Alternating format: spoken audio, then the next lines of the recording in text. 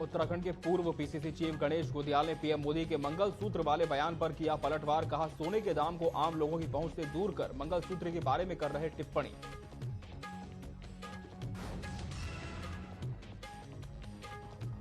मतदान को लेकर उत्तराखंड के पूर्व सीएम हरीश रावत का बयान। कहा, एक बहुत बड़े हिस्से में मतदाता ने अपने लिए किया मतदान।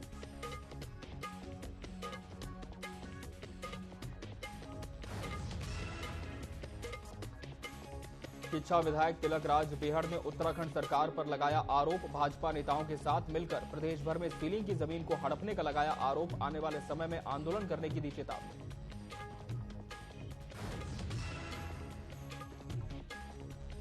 चारधाम यात्रा की तैयारियां शुरू। 10 मई को गंगोत्री यमुनोत्री के खुलेंगे कपाट। स्वास्थ्य सुविधा के लिए तैयारियां पूरी। स्वास्थ्य सचिव ने दी जानकारी।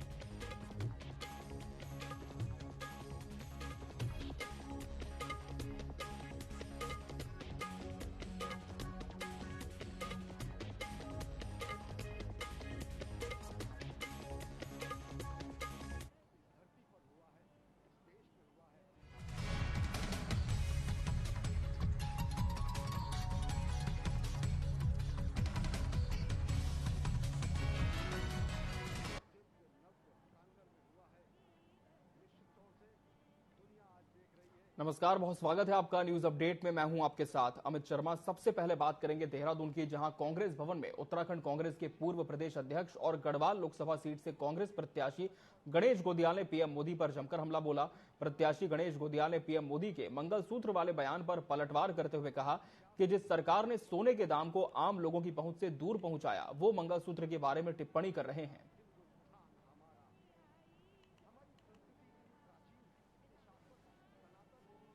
सत्ताधारी नेताओं के जो बयान आ रहे हैं, वो बयान निश्चित रूप में लगता है कि वो तो विचलित है ही, लेकिन वो भारत को भी विचलित करने का काम कर रहे हैं। जिस प्रकार से आदरणीय प्रधानमंत्री जी ने मंगलसूत्र पर बात कही है, मैं उनसे सिर्फ ये पूछना चाहता हूं कि आज गांव में तमाम जगहों पर शादियां हो रही हैं, लेकिन हमारा आम जो यहाँ का नागरिक है वो इस लायक नहीं रह गया है कि वो 75-80 हजार रुपए तोले का सोना खरीद सके। आप मंगलसूत्र की बात कर रहे हैं। कांग्रेस इस देश में 65 साल कांग्रेस ने राज किया और 65 साल में सोना 30,000 से ऊपर नहीं गया, 29,000 से ऊपर नहीं गया, और आपके 10 साल के कार्यकाल में सोना 76,000 78,000 पहुंच गया।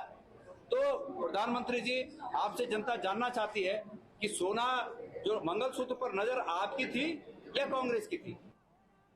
उत्तराखंड के पूर्व मुख्यमंत्री हरीश रावत के मतदान को लेकर बयान सामने आया है। उन्होंने कहा कि परिवर्तन और स्वयं मतदाता चुनाव के मुद्दे थे।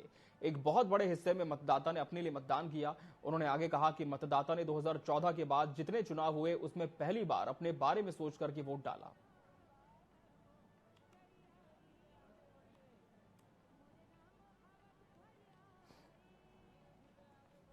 बदलाव के जब उसने अपने विषय में अपने लिए मतदान किया, उन्हें देखा मेरी रसोई पर क्या असर पड़ा, महंगाई का क्या असर है, बेरोजगारी का क्या असर है, जब उसने देखा कि भ्रष्टाचार का क्या असर पड़ा है, जब उसने देखा कि मेरे गांव की सारी गलियां इन्होंने खोद डाली हैं और मैं तो धूल भूषित कर दिया हूं, और बरसात आ रही है, कीचड़ होगा, तो उसने कहा यार इसका इनका जो नारे हैं, इनका पाखंड हमको बड़ा महंगा पड़ा है। तो ये जो कुंठित विकास था, इस विकास के खिलाफ भी लोग। उधम सिंह नगर के किच्छा विधायक ने प्रेस कॉन्फ्रेंस करते हुए उत्तराखंड सरकार पर भाजपा नेताओं के साथ मिलकर प्रदेश भर में सीलिंग की जमीन को हड़पने का आरोप लगाया है। उन्होंने बताया, रुद्रपुर क्षेत्र में फाजलपुर महरौला में 100 एकड़ की सीलिंग की जमीन पर भाजपा के बड़े पदाधिकारी के साथ मिलकर डील की गई और जल्द ही जमीन को हड़प भी लिया जाएगा। सीलिंग की जमीन पर कॉलोनी काटी जा रही है, लेकिन जिला प्रशासन की ओर से इस पर कोई ध्यान नहीं दे रहा। साथ ही उन्होंने कहा कि वो इस मुद्दे को गंभीरता से उठाएंगे और आने वाले समय में आंदोलन भी करेंगे। भैया 100 एकड़ जमीन फाजलपुर महरौला की खुर्द-बुर्द होने जा रही, सीलिंग से उसको बाहर किया जा रहा है और उसको फिर रजिस्ट्रियां होंगी उसके बावजूद खेल होगा पूरा, और उसके अंदर सारे भारतीय जनता पार्टी के बड़े बड़े नेता कोलोनाइजर हैं उसके अंदर शामिल, बड़े बड़े लोग उसके अंदर शामिल हैं। 12 एकड़ जमीन रामनगर के पीछे सिंगा की जमीन भी सीलिंग वाली खुर्द-बुर्द हो रही है। 500 एकड़ जमीन पंतनगर की खुर्द-बुर्द हो रही, 600 एकड़ जमीन, ये सब कॉलोनाइजर कर रहे हैं, बड़े से लेके छोटे तक मिलके। पहले पुरानी जमीनें जो खुर्द-बुर्द हुई पड़ी हैं, जहां कोई कार्रवाई नहीं हो रही, जिनके ऊपर सारे बगैर उसके रेरा के पास कराए सारा के सारी कॉलोनियां कटवा दी हैं प्रशासन ने, खत्म कर दी खेती की जमीन। प्रथम चरण के चुनाव में कम मतदान से सभी दलों में खलबली मची है। रामनगर पहुंचे रानीखेत विधायक ने वोट प्रतिशत में गिरावट का कारण कांग्रेस के कैडर वोट को बताया। उन्होंने कहा कि कम वोटिंग का मुख्य कारण कांग्रेस का कैडर वोट, उनके सनातन विरोधी, देश विरोधी बयान, कार्यकर्ताओं की गतिविधियां समेत कई अन्य चीजों से कांग्रेस का कैडर वोट काफी हताश और निराश है, जिसके चलते वो मतदान केंद्र ही नहीं पहुंचे और यही वजह रही कि वोटिंग प्रतिशत गिरा। इस पर पलटवार करते हुए कांग्रेस के पूर्व विधायक का कहना है कि बीजेपी खिसियानी बिल्ली खंबा नोचे की कहावत को चरितार्थ कर रही है। आपको बता दें कि 19 अप्रैल को उत्तराखंड में पहले चरण के मतदान में सिर्फ 55.89% ही वोटिंग हुई थी। यह आंकड़ा पिछले लोकसभा चुनाव से काफी कम है। कर्णप्रयाग रेल लाइन किस स्थिति में कोई नहीं जानता। 2023 में ट्रेन पहुंच जाएगी कह रहे थे। 2022 तक पूरे देश में गरीबों को, बेघरों को मकान मिल जाएंगे कह रहे हैं। आप कह रहे 3 करोड़ बना दिया एक को भी नहीं है। तो और इसके साथ ही जो 2 करोड़ हर साल बेरोजगारों को रोजगार देने, किसानों की इनकम दोगुनी करने, किसानों का कर्ज माफ करने, 15 लाख हर खाते में डालने, जिनमें कोई काम नहीं हुआ, महज लफाजी हुई। और यही कारण है कि मोदी इस बार, जहां पिछली बार उन्होंने उत्तराखंड में करीब आधे दर्जन से ज्यादा सभा की, इस बार उन्होंने पर्वतीय क्षेत्रों में तो एक भी सभा नहीं की। जो कांग्रेस का कैडर बोर्ड था वो कांग्रेस के सनातन विरोधी गतिविधियों के कारण और कांग्रेस के राष्ट्र विरोधी जो उनके बयान रहे या उनके कार्यकर्ताओं की जो क्रियाकलाप रहे, उससे बहुत हताश और निराश था और वो मतदान केंद्र पर नहीं गया और वोट प्रतिशत गिरने का ये बहुत बड़ा कारण मुझे लगता है। कांग्रेस जीत का दावा कहां से करे। मैं अपने लोकसभा क्षेत्र के और अपने विधानसभा की बात करूं, जिन बूथों पर मेरे चुनाव में कांग्रेस के कार्यकर्ता बड़े सक्रिय रहते थे, बड़े जोशो खरोश के साथ बड़े ग्रुप में रहते थे, मेरे आधे से भी ज्यादा बूथों पर उनके कार्यकर्ता नहीं, उनके टेबल नहीं लगी थी और उनके कोई एजेंट वहां पर नहीं थे। बहुत हताशा और निराशा है कांग्रेस के कार्यकर्ता में कहीं न कहीं। अब क्योंकि 4 जून तक उन लोगों को एक आशा बधाई रखनी है अपने कार्यकर्ताओं में, इसलिए मुझे नहीं लगता कि कांग्रेस कहीं भी टक्कर में। उत्तराखंड में लोकसभा चुनाव संपन्न हो चुके हैं, लेकिन नगर निकाय चुनाव अभी बाकी है। शासन ने प्रदेश भर के निकायों में प्रशासक नियुक्त कर दिए थे। इस संबंध में नैनीताल निवासी राजीव लोचन शाह और जशपुर निवासी मोहम्मद अनीस ने हाई कोर्ट में याचिका दायर कर नगरीय निकायों में प्रशासकों की नियुक्ति को चुनौती देते हुए जल्द निकाय चुनाव कराने की मांग की थी। याचिका पर सुनवाई करते हुए नैनीताल हाईकोर्ट में नगर निकायों के चुनाव कराने के मामले में दायर जनहित याचिका पर सरकार की ओर से महाधिवक्ता SN बाबुलकर ने कहा कि नगर निकायों में प्रशासकों का कार्यकाल नहीं बढ़ाया जाएगा, चुनाव समय के भीतर हो जाएंगे। नगर निकाय की चुनाव प्रक्रिया पूर्व निर्धारित 6 माह की समयावधि में पूरी कर ली जाएगी। महाधिवक्ता के इस बयान के बाद मुख्य न्यायाधीश रितु बाहरी और न्यायमूर्ति राकेश थपलियाल की खंडपीठ ने जनहित याचिकाओं का निस्तारण कर दिया है।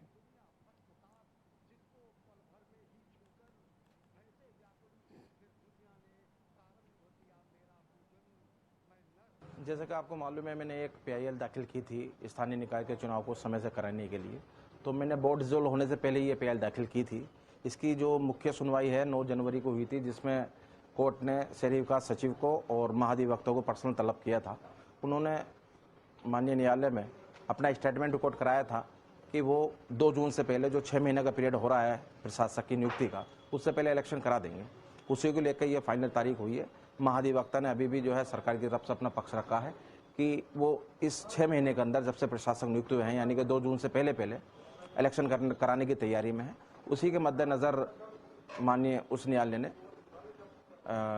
हमारी जनहित याचिका को डिस्पोजल कर दिया है और मुझे उम्मीद है कि माननीय न्यायालय के आदेश के अनुसार जो है इलेक्शन जो है टाइम से। शहर की मॉल रोड की शान पैडल रिक्शे अब इतिहास बनकर रह जाएंगे। पालिका स्तर पर और नए 10 ई रिक्शा लाने की तैयारी की जा रही है, जिसके बाद शेष संचालित हो रहे 11 पैडल रिक्शे भी बंद कर दिए जाएंगे। नए ई रिक्शा लाने की कवायद अंतिम चरण में है। जल्द ही नई व्यवस्था को लागू कर दिया जाएगा। पालिका की ओर से लाइसेंस प्राप्त 82 रिक्शों के संचालन के लिए अलग से नियम कायदे बनाए गए, मगर वर्तमान जरूरतों को देखते हुए 2016 में जनहित संस्था ने पैडल रिक्शों के स्थान पर ई रिक्शा संचालन की मांग की। अब नए ई रिक्शा लाने की कवायद अंतिम चरण में है। जल्द ही नई व्यवस्था को लागू कर दिया जाएगा।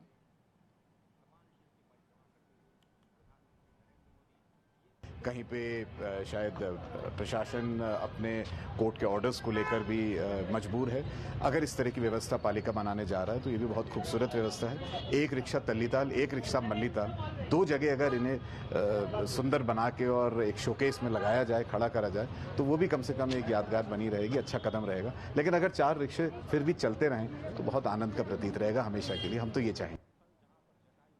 दिल्ली के अलीफा खान को यूपीएससी में 418वीं रैंक मिली है। इस मौके पर रुड़की की प्रसिद्ध संस्था माइनॉरिटी करियर ड्रीम के सदस्यों ने अलीफा को सम्मानित किया। इस मौके पर कई संस्थानों के चेयरमैन और शिक्षा से जुड़े अधिकारी मौजूद थे। कार्यक्रम के दौरान अलीफा ने छात्रों के साथ अपने अनुभव साझा किए, तो वहीं छात्रों ने उनसे उनकी उपलब्धि के बारे में जानकारी ली। इस दौरान संस्था के चेयरमैन ने सभी विद्यार्थियों को अलीफा से प्रेरित रहने के लिए उन्हें उत्साहित किया। आपको बता दें कि अलीफा खान पूर्व विधायक नवाजिश आलम की भतीजी और पूर्व सांसद अमीर आलम खान की पौत्री हैं।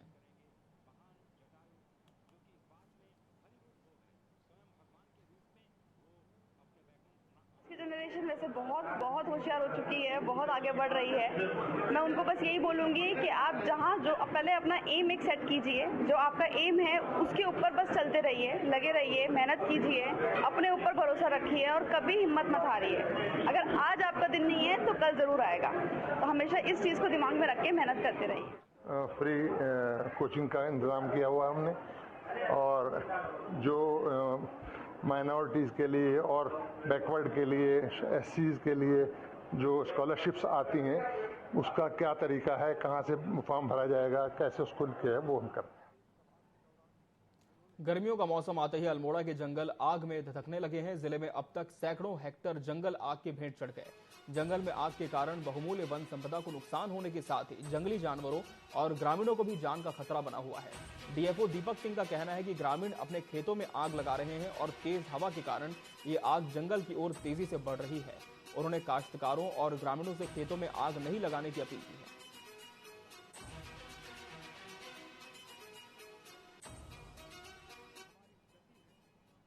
टेम्परेचर अधिक होने की वजह से फायर की घटनाएं में काफी वृद्धि आई है, और मुख्य रूप से ये जो प्रकरण हो रहे हैं वो ग्राम वासियों के द्वारा जो फायर अपने आसपास लगाए जाते हैं वो आगे फैल के हमारे रिजर्व में चला जा रहा है, और ये बहुत बड़ी समस्या बनने लग गई है। तो आपके इस चैनल के माध्यम से मैं उन सभी ग्राम वासियों को अपील करना चाहूँगा कि कृपया इस मौसम में जब इतनी ज़्यादा टेम्परेचर है और हवा की गति इतनी तेज है, कृपया इस तरीके की जलाने का कार्य न करें। श्रीनगर की बात करेंगे, जहां एक कार अनियंत्रित होकर डिवाइडर से जा टकराई। हादसे में एक व्यक्ति की मौत हो गई, जबकि 3 लोग गंभीर रूप से घायल हो गए। स्थानीय लोगों और पुलिस की मदद से घायलों को मेडिकल कॉलेज श्रीकोट ले जाया गया, जहां तीनों घायलों का इलाज जारी है। घायलों की स्थिति गंभीर बताई जा रही है।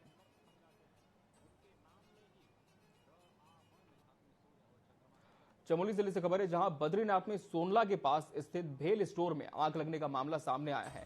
आग लगातार भयंकर रूप लेते हुए तेजी से सोनला पेट्रोल पंप की ओर बढ़ रही थी, जहां फायर कर्मियों की सूझबूझ से एक बड़ा हादसा होने से टल गया। दरअसल गोपेश्वर फायर स्टेशन को भेल स्टोर में आग लगने की सूचना मिली थी। सूचना मिलते ही कर्णप्रयाग चमोली की पुलिस टीमें और फायर कर्मी तत्काल घटनास्थल पर पहुंचे और भेल स्टोर में रखे करोड़ों रुपए के सामान और मशीनों को सुरक्षित बचा लिया गया। आग से किसी प्रकार की जनहानि नहीं हुई है।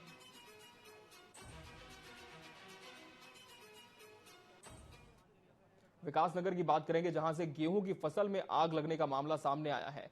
मामला लाखनवाला गांव का बताया जा रहा है, जहां बिजली के तारों में शॉर्ट सर्किट होने की वजह से गेहूं की फसल में आग लग गई, जिससे गांव में अफरा तफरी का माहौल बन गया। ग्रामीणों की कड़ी मशक्कत के बाद आधी फसल को सुरक्षित बचा लिया गया और आधी फसल जलकर नष्ट हो गई।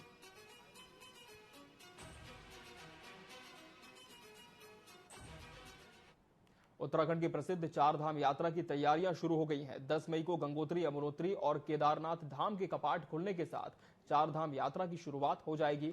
यात्रा में तीर्थ यात्रियों को बेहतर स्वास्थ्य सुविधा देने के लिए सभी तैयारियां हो चुकी हैं।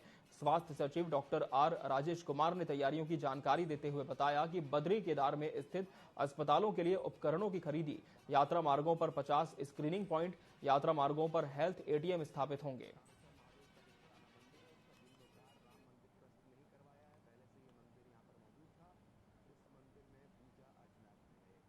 हमारे जो हेल्थ एटीएम्स हैं जो पिछले साल भी हमने लगाए थे उसको भी हम लोग दुरुस्त कर रहे हैं और इस संबंध में मीटिंग हो चुकी है समस्त सीएमओ के साथ। और जो हॉस्पिटल है बद्रीनाथ जी में, केदारनाथ जी में जो रीडेवलपमेंट प्लान के तहत बन रहा है उसमें जो इक्विपमेंट्स लगने हैं उसकी खरीदारी का जो प्रोसेस है हमने शुरू कर दिया है। टेंडर्स हो चुके हैं और इक्विपमेंट खरीदने की का जो प्रोसेस है वो शुरू हो गया है। मई माह से शुरू होने वाली चारधाम यात्रा को लेकर उत्तराखंड परिवहन विभाग अपनी तैयारियों में जुटा है, जिसे लेकर राजधानी देहरादून के परिवहन भवन में परिवहन सचिव की अध्यक्षता में बैठक हुई, जहां उत्तराखंड के संयुक्त परिवहन आयुक्त ने कहा कि बैठक ग्रीन कार्ड बनाना और ट्रिप कार्ड जारी करने को लेकर हुई थी। साथ ही उन्होंने कहा कि सोनप्रयाग से गौरीकुंड के बीच शटल सेवा चलती है, जिसमें हो रही समस्याओं के निदान को लेकर भी बैठक में चर्चा हुई है।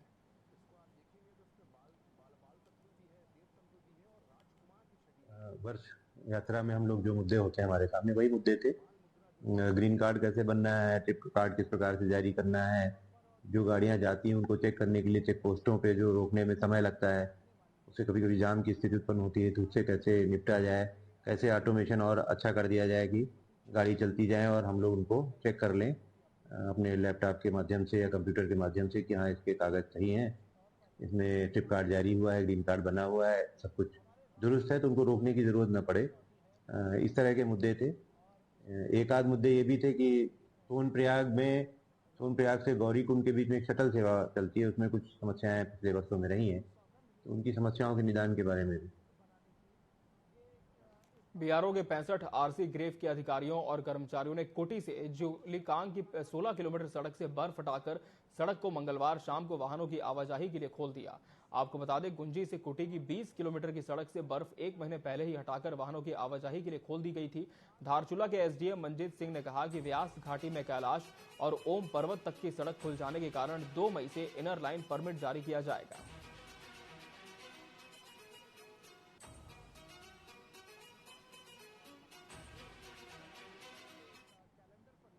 चंपावत के लोहाघाट ब्लॉक के खतेड़ा में चल रहे 4 दिवसीय सतचूली महोत्सव का समापन किया गया। मां भगवती और मां महाकाली की भव्य रथ यात्रा के साथ समापन महोत्सव हुआ। समापन के पहले मंदिर में मुख्य पुजारी ने विशेष पूजा अर्चना की और भगवती भंडार में सभी देव डांगरों की गद्दी लगाई गई, जहां महिलाओं ने देव डांगरों की पूजा की। देवी रथ के मंदिर में पहुंचने पर पूरा मंदिर परिसर में मां भगवती और मां महाकाली के जयकारों के गूंज सुनाई दिए।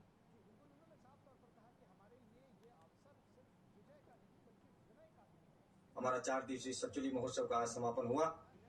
इस महोत्सव के समापन में सहयोग करने वाले सभी सहयोगियों का हम सतचूली महोत्सव समिति अध्यक्ष महेंद्र सिंह बोरा जी और पूरी समिति की ओर से हार्दिक धन्यवाद देते हैं।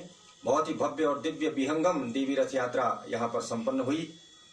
अपराह्न 3 बजे देवस्थली खचड़ा से रथ यात्रा आरंभ हुई, जो 3 किलोमीटर की दुर्गम चढ़ाई को पार करते हुए अभी मंदिर परिसर में पहुंची है। बहुत ही भव्य दिव्य विहंगम रथ यात्रा का दृश्य यहाँ पर देखने को मिला। हजारों की संख्या में यहाँ पर दर्शनार्थी आए हुए हैं और विभिन्न क्षेत्रों से दुकानदार यहाँ पर आए हुए हैं। लोग जमकर खरीदारी यहाँ पर कर रहे हैं। उन्होंने कहा था कि हमारा देश का जो मिडिल क्लास है, मध्यम वर्गीय लोग हैं, जो मेहनत करके कमाते हैं, उन्होंने कहा उन पर ज्यादा टैक्स लगना चाहिए। ये इन्होंने पब्लिकली कहा है। अब ये लोग उससे भी एक कदम आगे चले गए हैं। अब कांग्रेस का कहना है कि वो इनहेरिटेंस टैक्स लगाएगी। माता पिता से मिलने वाली विरासत पर भी। विकासनगर के सेलाकुई क्षेत्र में एक रेस्टोरेंट में अचानक आग लग गई, जिसकी सूचना मिलते ही फायर ब्रिगेड और पुलिस मौके पर पहुंची। कड़ी मशक्कत के बाद आग पर काबू पाया गया। पुलिस टीम ने तत्काल राहत और बचाव कार्य करते हुए दुकान के अंदर फंसे 3 लोगों को सकुशल बाहर निकालकर अस्पताल भिजवाया। घटना में किसी प्रकार की जनहानि होने की खबर नहीं है। आग की चपेट में आने से दुकान के पास खड़ी 4 मोटरसाइकिल जल गई। आग से हुई क्षति का आकलन किया जा रहा है। गैस सिलेंडर बदलते समय गैस पाइप के फट जाने के कारण आग की आशंका है। आग लगने के विस्तृत कारणों की जांच की जा रही है।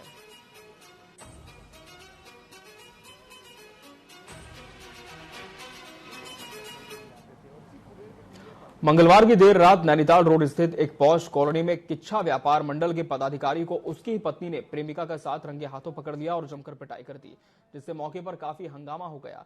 घटना की जानकारी किसी ने पंतनगर थाना पुलिस को दी। पुलिस ने मौके पर पहुंचकर दोनों पक्षों को थाने ले जाकर मामला शांत कराया।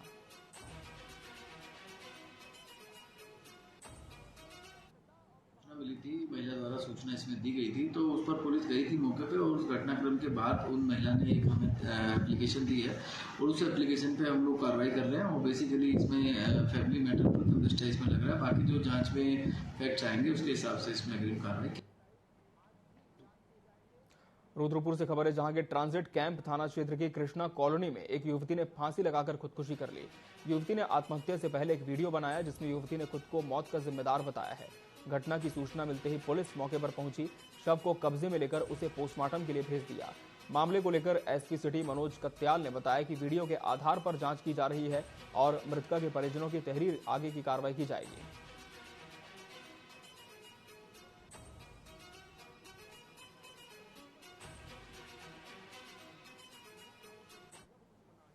उम्र है और उनकी मृत्यु हुई है। इसमें प्रथम दृष्टया जो है वो बॉडी हैंगिंग वाली दशा में हमने मिली थी हमें, लेकिन वहाँ पर कुछ और साइन भी थे, ब्लड एक्सेट्रा, तो उसके दृष्टिगत हम लोग पंचायतनामा पोस्टमार्टम की कार्रवाई करा रहे हैं और साथ में एक वीडियो भी हमें मिला है मृतका के फोन से, उसका भी हम लोग परीक्षण करा रहे हैं और बाकी इसमें परिजनों के भी कथन अंकित किए जाएंगे और परिजनों के द्वारा जो भी इसमें अपना स्टेटमेंट दिया जाएगा और जो भी हमें पोस्टमार्टम रिपोर्ट में और बाकी हमारे को एविडेंस मिलेंगे उसके बेस पे इसमें अग्रिम कार्रवाई। रुड़की में भाजपा के पूर्व प्रदेश अध्यक्ष मदन कौशिक ने पत्रकारों से बात करते हुए कहा कि कांग्रेस का घोषणा पत्र देश को बांटने वाला है और तुष्टीकरण को बढ़ावा देता है। कांग्रेस हमेशा तुष्टीकरण की राजनीति करती है, उनके घोषणा पत्र से विकास हमेशा दूर रहा है। उन्होंने कहा कि उनके घोषणा पत्र से बहुसंख्यक बात नदारद है, जबकि अल्पसंख्यक को महत्व दिया गया है। कांग्रेस के आर्थिक सर्वेक्षण के बारे में कहा कि ये अल्पसंख्यक के लाभ के लिए है। इसके साथ ही उन्होंने कहा आर्थिक सर्वेक्षण बहन बेटियों का हक छीनने का काम करेगा। उन्होंने लोकसभा चुनाव में उत्तराखंड की 5 सीटों पर भाजपा की जीत होने का दावा किया है। इन्होंने बहुसंख्यकवाद को पूरे घोषणा पत्र में नदारद किया, अल्पसंख्यकवाद को कैसे बढ़ा दे सकते हैं इस विषय को रखा।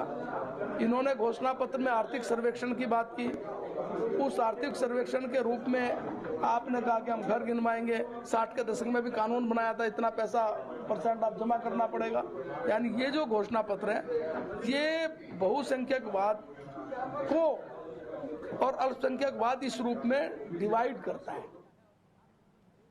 मंगलवार को जिलाधिकारी ने नई टिहरी केंद्रीय विद्यालय भवन का निरीक्षण किया। इस दौरान क्लास का निरीक्षण हुआ। छात्र छात्राओं को पढ़ाए जा रहे विषयों की शिक्षा गुणवत्ता भी देखी। विद्यालय में पेयजल, शौचालय, साफ सफाई का जायजा लेते हुए आवश्यक दिशा निर्देश दिए गए। जिलाधिकारी ने प्रधानाचार्य से स्कूल के बारे में जानकारी ली।